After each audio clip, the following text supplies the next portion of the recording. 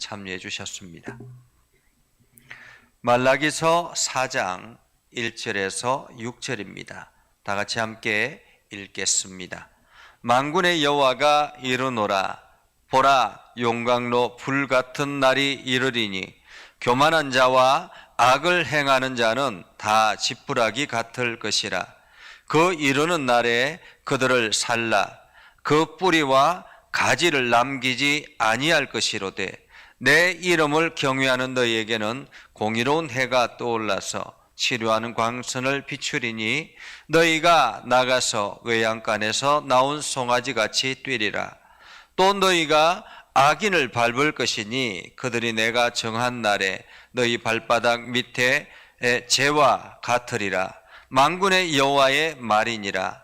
너희는 내가 호렙에서 온 이스라엘을 위하여 내 종 모세에게 명령한 법 곧 율례와 법도를 기억하라. 보라, 여호와의 크고 두려운 날이 이르기 전에 내가 선지자 엘리야를 너희에게 보내리니 그가 아버지의 마음을 자녀에게로 돌이키게 하고 자녀들의 마음을 그들의 아버지에게로 돌이키게 하리라.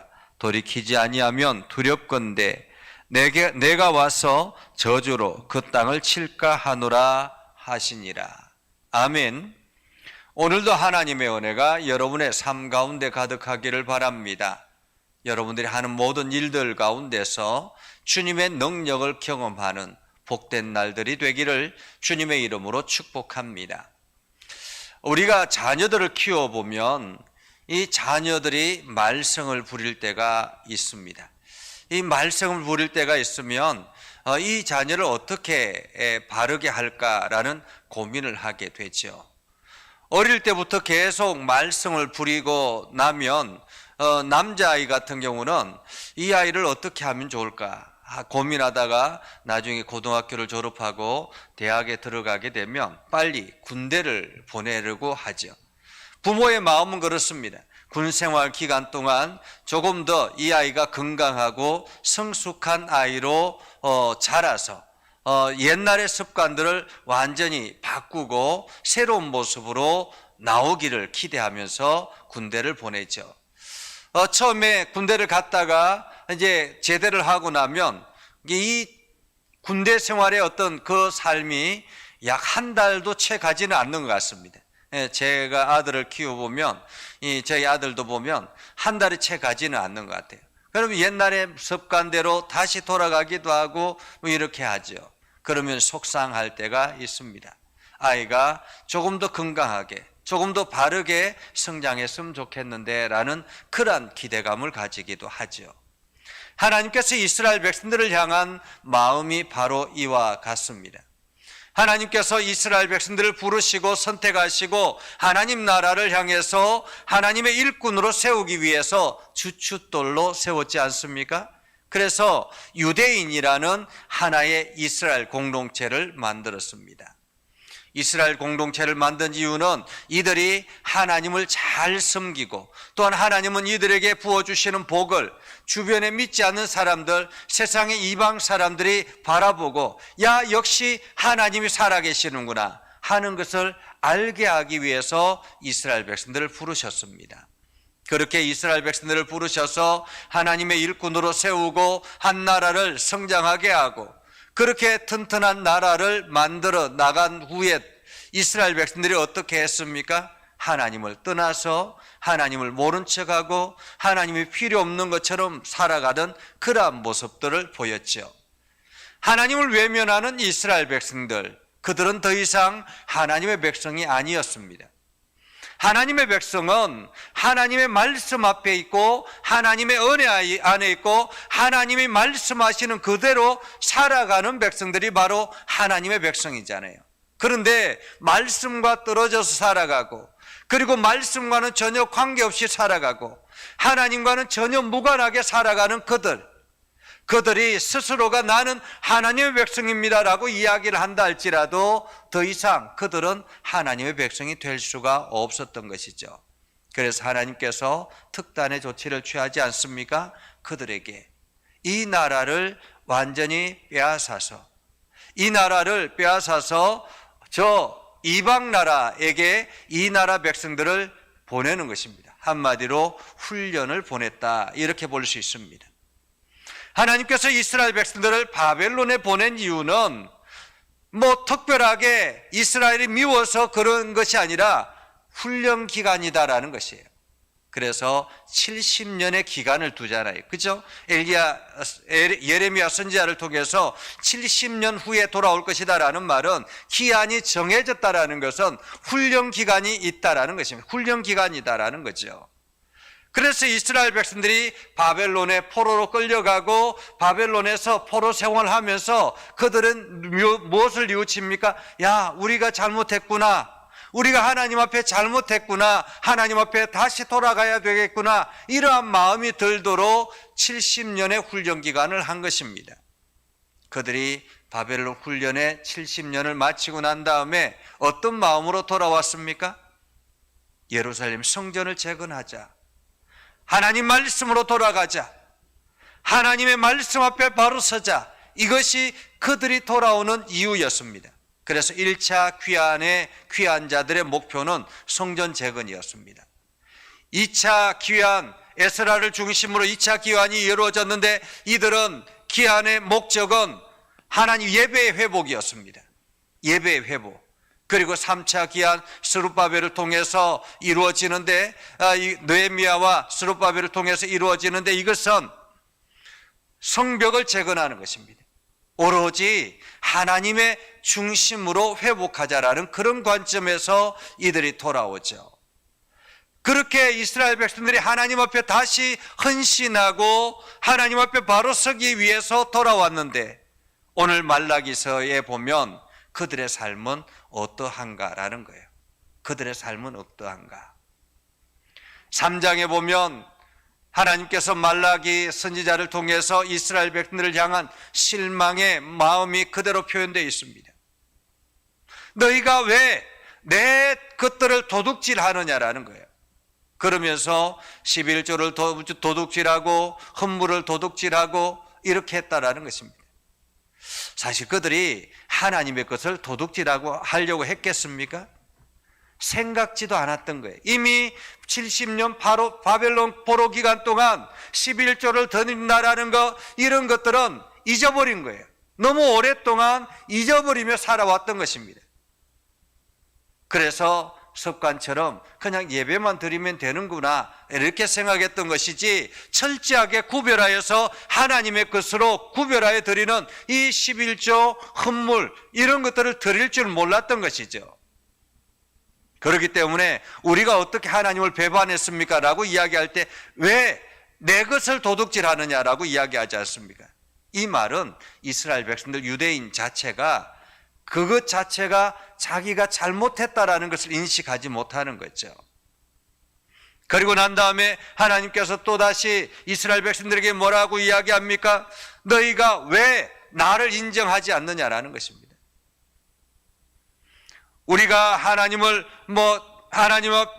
섬기고 하나님 앞에 나아가고 이러한 것들을 살아가는 것이 아니라, 하나님 중심으로 살아가는 것이 아니라, 야, 하나님 믿어도 별 것 없네.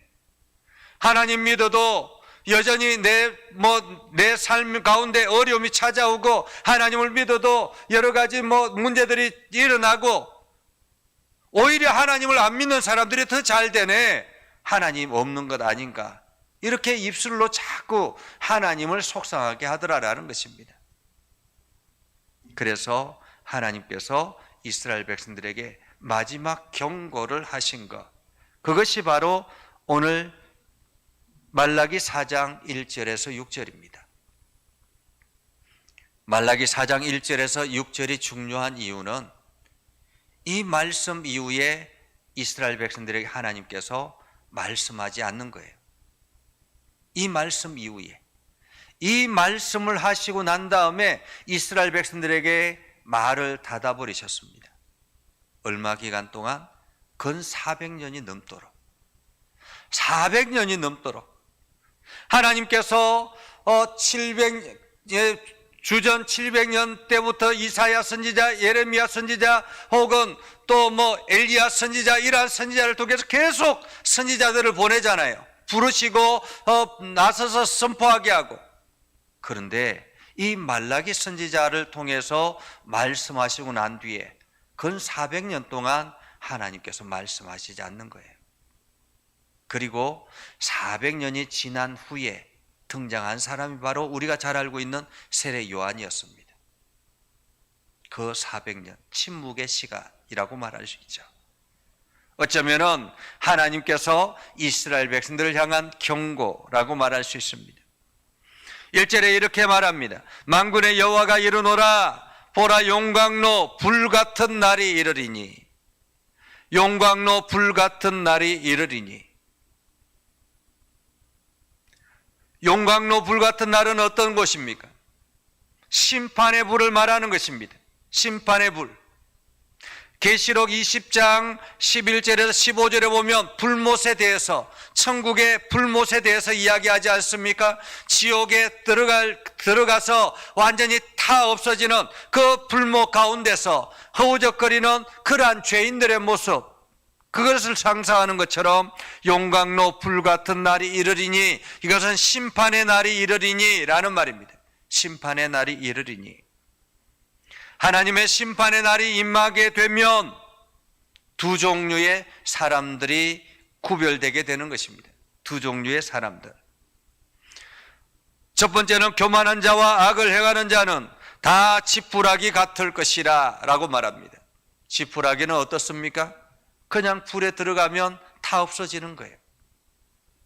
이 땅에서 내가 권력이 얼마 정도 가지고 있고, 이 땅에서 내가 인기가 얼마 정도 있고, 많은 사람들에게 내가 어떤 위치에 있었고, 이러한 것들은 용광로 불 같은 날이 이르면 다 없어져 버릴 것이라 라는 것입니다. 교만한 자와 악을 행하는 자, 그들은 다 지푸라기 같을 것이라, 완전히 타서 사라져 버릴 것이다. 그래서 그 이르는 날에 그들을 살라 그 뿌리와 가지를 남기지 아니할 것이로되, 이렇게 말하잖아요. 완전히 뿌리까지 완전히 불타버릴 것이다 라는 것입니다. 우리가 얼마 전에 동해안 쪽에 엄청난 산불이 일어났지 않습니까? 산불이 일어나서 온통 나무들이 다 탔습니다. 하지만은 어느 정도 시간이 지나면 그 뿌리에서 또다시 싹이 올라오게 되잖아요. 그런데 아예 엄청난 불덩이가 뿌리까지 다 타버리면 더 이상 거기에는 나무가 살 수가 없는 거예요. 새로운 것을 심어야 되는 것입니다. 교만한 자와 악을 행하는 자, 그들은 이렇게 완전히 불타 사라져 버릴 것이다 라고 말하고 있죠. 그러나 또 한 부류의 사람들, 그것은 바로 내 이름을 경외하는 너희라고 말합니다. 내 이름을 경외하는 너희는 누구입니까? 하나님의 이름을 경외하는 너희. 경외한다라는 말은 존중히 여긴다, 예배한다, 거룩하게 여긴다, 이런 뜻이거든요. 하나님의 이름을 거룩하게 여기고, 하나님의 이름을 소중하게 존중하게 여기고, 늘 그 이름 앞에 엎드려 머리 숙여 나아가는 우리라는 것입니다. 성도들이라는 거죠. 여기서 너희에게는, 내 이름을 경외하는 너희에게는, 하나님의 이름을 경외하는 너희, 하나님의 이름을 두려워하고 하나님의 이름을 존중하게 여기고 온 세상 사람들에게 그 이름을 드높이는 그러한 사람들, 이러한 사람들에게 어떤 일들이 일어날 것인가? 2절에 보면 이렇게 말합니다. 공의로운 해가 떠올라서, 공의로운 해가 떠올라서,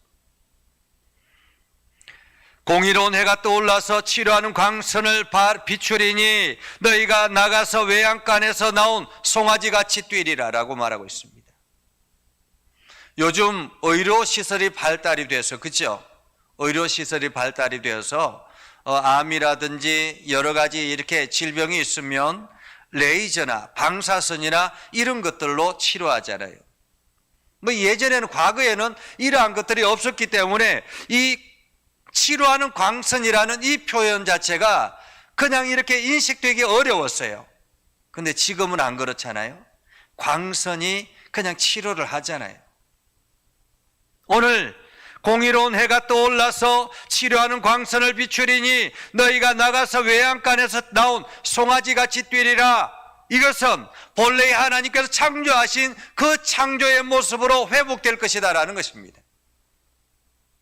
누가 이러한 회복의 역사를 경험하게 된다는 것입니까? 하나님의 이름을 경외하는 사람, 하나님의 이름을 경외하는 사람. 여기에서 그친 것이 아닙니다.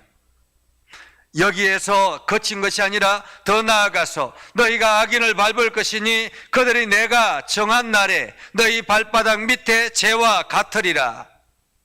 만군의 여호와의 말이니라. 악인을 밟을 것이니 그들이 내가 정한 날에 너희 발바닥 밑에 재와 같을 것이다. 하나님의 정한 날에, 하나님의 날에라는 거죠.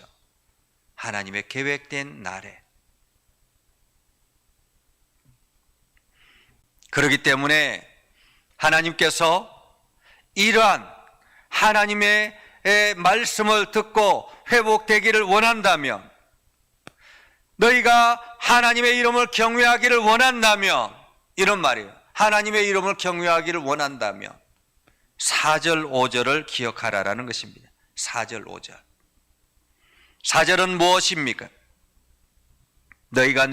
너희는 내가 호렙에서 온 이스라엘을 위하여 내 종 모세에게 명령한 법, 곧 율례와 법도를 기억하라. 여러분, 이스라엘 백성들이 애굽에서 광야로 탈출해 나왔습니다. 그들은 아무것도 없는 상태였습니다. 애굽에 있을 때는 애굽의 법도가 있잖아요. 그렇죠? 애굽의 법도가 있습니다. 그런데 애굽에서 노예 생활을 400년 동안 하다가 이제 탈출해 나왔습니다. 탈출하고 난 뒤에는 무엇을 해야 될지, 어떻게 살아야 될지, 어디로 가야 될지 아무것도 모르는 거예요. 무작정 모세를 따라서 나온 것입니다. 그때 하나님께서 하나님의 백성들이 살아가야 될 기준을 마련해 주신 것, 그것이 바로 모세에게 주시는 명령이었습니다. 율례와 법도라는 거죠. 율례와 법도. 이것이 출애굽기에 그리고 레위기를 통해서 우리들에게 주시는 말씀. 율례와 법도, 하나님의 명령. 이것은 무엇입니까? 이것은 하나님의 백성으로서 기본적으로 지켜야 될 그러한 자세, 그러한 테두리, 이런 것을 말합니다. 그러면서 출애굽기 20장 1절에서 6절, 특별히 6절에 보면 이렇게 말씀하죠. 나를 사랑하고 내 계명을 지키는 자에게는 1000대까지 은혜를 베풀겠다라고 말하고 있는 것입니다. 1000대까지 은혜를 베풀겠다. 나를 사랑하고 내 계명을 지키는 자. 오늘 이것을 기억하라라는 거예요. 이것을. 이스라엘 백성들이 멸망한 이유는 이것을 잃어버렸기 때문에 그런 것입니다. 이것을 기억하지 않았기 때문에 그런 것입니다. 기억하지 않았다라는 것은 이 말씀대로 순종하지 않았다라는 말이죠. 순종하지 않았기 때문에 하나님은 그들을 더 이상 하나님의 백성으로 거두지 않았다라는 것입니다. 반면에 하나님을 경외하는 너희는 반드시 이것을 기억하라라는 것입니다. 기억하라. 하나님이 주시는 율법, 율례를 기억하라. 이것이 나중에 예수 그리스도께서 주시는 메시지로 바뀌죠. 그것이 바로 복음서입니다. 복음서. 그리고 또 한 가지, 5절에 보면 보라, 여호와의 크고 두려운 날이 이르기 전에 내가 선지자 엘리야를 너희에게 보내리니 그가 아버지의 마음을 너희 자녀에게로 돌이키게 하고 자녀들의 마음을 그들의 아버지께로 돌이키게 하리라. 엘리야가 한 일은 무엇입니까? 엘리야가 이스라엘 백성들에게 한 일은, 사실 이스라엘 백성들에게 있어서 늘 모세와 엘리야가 중심이잖아요. 그죠? 모세는 율법의 대명사라고 말할 수 있습니다. 엘리야는 선지서의 대명사라고 말할 수 있습니다. 선지서는 어떤 것입니까? 선지서는 이스라엘 백성들이 죄악 가운데 거했을 때, 아니 이스라엘 백성들이 그 율례를 잃어버렸을 때, 그들이 하나님의 말씀으로 돌이키도록 권면하는 것이 바로 선지자들이 한 이야기죠. 그렇기 때문에 엘리야 선지자를 통해서 주어지는 메시지는 우리가 하나님께로 돌아가야 됩니다라는 것입니다. 하나님께로 돌아가야 됩니다. 우리가 하나님께로 돌아갈 때 우리는 살아갈 수 있습니다. 다시 일어날 수 있습니다 라는 것이죠. 오늘 크고 두려운 날이 이르기 전에, 여기서 크고 두려운 날은 멸망의 날이 이르기 전이라는 말입니다. 멸망의 날이 이르기 전에, 내가 선지자 엘리야를 너희에게 보내리니 그가 아버지의 마음을 너희 자녀에게로 돌이키게 하고 자녀들의 마음을 그들의 아버지께로 돌이키게 하리라. 여기서 아버지는 하나님 아버지를 말하잖아요. 자녀는 누구를 말합니까? 이 땅에 있는 사람들을 말하는 거예요. 하나님 아버지의 마음을 돌이키게 하고, 1차적으로 하나님의 아버지의 마음을, 하나님 이 백성들을 용서해 주십시오라는 그런 돌이키게 하고, 그리고 이 땅에 있는 백성들에게 너희들은 다시 하나님께로 돌아와야 된다라고 권면하고, 이것이 크고 두려운 날이 이르기 전에 오신 선지자 엘리야가 해야 될 일이라는 것입니다. 그것은 바로 이 땅의 인간들이, 죄악된 인간들이 하나님과 화목해 하는 역할을 할 것이다 라는 거죠. 화해의 대명사, 화목하게 하는 것. 그래서 이 엘리야가 바로 예수 그리스도를 말합니다. 예수 그리스도께서 이 땅에 오셔서, 메시아가 이 땅에 오셔서 하나님 나라를 선포하고 이 땅에 있는 영혼들을 다시 하나님께로 연결하는, 묶어주는 역할을 하게 될 것이다. 이것이 바로 예수 그리스도의 십자가 사건 아닙니까? 십자가 사건을 통해서 우리가 다시 하나님께로 나아갈 수 있게 되었고, 하나님은 우리들에게 그 십자가 사건을 통해서 용서의 마음을 허락하신 것이죠. 그래서 너희가 이 내 아들을 통해서 나에게로 나오면 내가 다 용서하겠노라 라고 말씀하신 것이거든요. 그래서 우리는 유일한 길, 예수 그리스도의 길로 나아가는 것입니다. 그런데 만약에 돌이키지 아니하면 두렵군데 내가 와서 저주로 그 땅을 칠까 하노라. 돌이키지 아니하면 하나님의 심판이, 하나님의 진노가 임할 것이다 라고 우리들에게 말씀하고 있는 것입니다.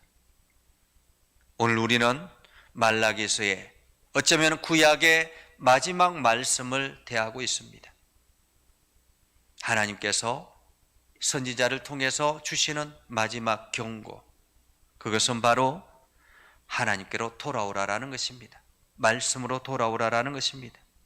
너희가 악인이 되지 말고 용광로 불에 완전히 불타버릴 그런 악인이 되지 말고 하나님의 이름을 경외하고 하나님께로 나아가는 거룩한 백성이 되라라는 것입니다. 이제 우리는 예수 그리스도의 부활의 사건이 우리 앞에 주어져서 우리가 그 하나님의 은혜를 온전히 받아 누릴 수 있는 기회가 주어진 것입니다. 우리가 예수 그리스도의 은혜로 말미암아 예수님께 나아가면, 하나님께로 나아가면, 예수 그리스도를 통해서 하나님께로 나아가면 하나님께서는 우리들에게 무엇을 하시겠다고 말씀하십니까? 공의로운 해가 떠올라서 치루하는 광선을 비추리니, 하나님의 그 광선이 우리의 인생 가운데 비춰지면 우리의 모든 약한 것들이, 모든 연약한 것들이 회복되는 역사가 일어나게 될 것이다 라는 것입니다. 이것이 하나님의 약속인 것입니다.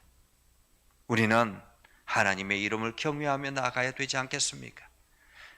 그래서 우리가 하나님께서 약속하신 그 약속의 말씀을 의지하여서 하나님께서 지금도 내 삶 가운데, 내 육체 가운데, 내 생활 가운데 치료의 광선을 발하여 주셔서 나의 모든 것들이 회복되어져서 마치 어린 송아지가 뛰어놀듯이, 외양간에서 뛰어놀듯이 그렇게 뛰어노는 힘 있는 인생을 살아가야 되지 않겠습니까?